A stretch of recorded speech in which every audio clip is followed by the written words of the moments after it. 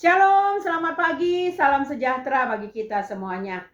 Kembali kita mendengarkan firman Tuhan di pagi hari yang indah ini untuk memberkati kita di dalam melakukan seluruh aktivitas kita. Mari kita sambut firman Tuhan dengan berdoa.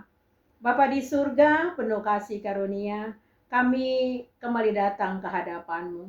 Berbelas kasihanlah pada kami orang yang lemah ini ya Bapa. Tuntun dan berkatilah kami melalui firman Tuhan yang boleh kami dengar. Menguatkan kami dan memberikan kepada kami semangat untuk melakukan seluruh aktivitas kami. Terpuji namamu Bapa, di dalam nama anak-Mu Tuhan Yesus Kristus kami berdoa. Amin. Firman Tuhan yang menyapa kita pada pagi hari ini diambil dari kitab Ratapan 3 ayat 58. Ya Tuhan, Engkau telah memperjuangkan perkaraku, Engkau telah menyelamatkan hidupku. Demikian firman Tuhan. Bapak Ibu jemaat yang diberkati oleh Tuhan Yesus Kristus, secara keseluruhan kitab Ratapan adalah peringatan tentang kehancuran bait Allah dan tertawannya bangsa Israel ke Babel. Dalam hal ini, peranan Nabi Yeremia sangat besar. Dia meratap juga berkabung atas kesengsaraan bangsa Yehuda yang telah jatuh ke dalam kehancuran.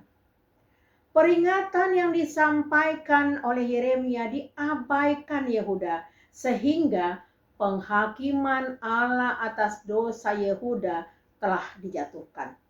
Yerusalem hancur dan mereka semua dibuang ke Babel.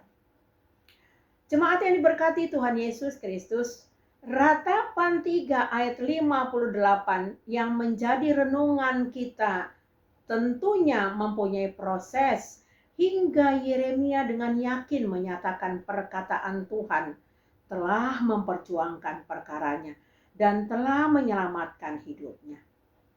Bangsa Yehuda tidak ada pilihan. Mereka harus datang kepada Tuhan, menyampaikan keluhannya, meminta pertolongannya, dan memilih untuk percaya. Saudaraku, peringatan atas kehancuran Yerusalem dan tertawannya bangsa Israel ke Babel sampai kepada pemulihan menunjukkan bahwa Tuhan berkuasa atas segalanya. Hanya melalui pertobatanlah, hanya dengan mengandalkan Tuhan sajalah, sehingga pemulihan dapat terjadi. Saudara jemaat yang diberkati oleh Tuhan kita Yesus Kristus, ratapan Yeremia ini mewakili kesusahan kita di saat ini. Doa-doa bangsa Yehuda mewakili keputusasaan kita pada saat ini. Bahwa Tuhan Yesus sudah memperjuangkan kesengsaraan kita. Kita tidak lagi di bawah kuasa kutuk dosa dan sudah menyelamatkan hidup kita lewat kuasa darah Yesus Kristus dan kita sudah diselamatkan. Saudaraku, pada akhirnya kitab Ratapan mengajarkan kita bahwa harapan ada di tengah keputusasaan jika kita meninggalkan dosa-dosa lama kita. Kita mau memasuki hidup yang baru di dalam Kristus, tidak lagi mengandalkan diri kita sendiri. Bahwa hidup kita bukan lagi kita, tetapi Yesus Kristuslah tujuan kita. Sehingga semangat baru dengan sendirinya timbul dalam diri kita dan memotivasi kita untuk terus berada di dalam dekapan Tuhan dan dapat menyenangkan hati Tuhan.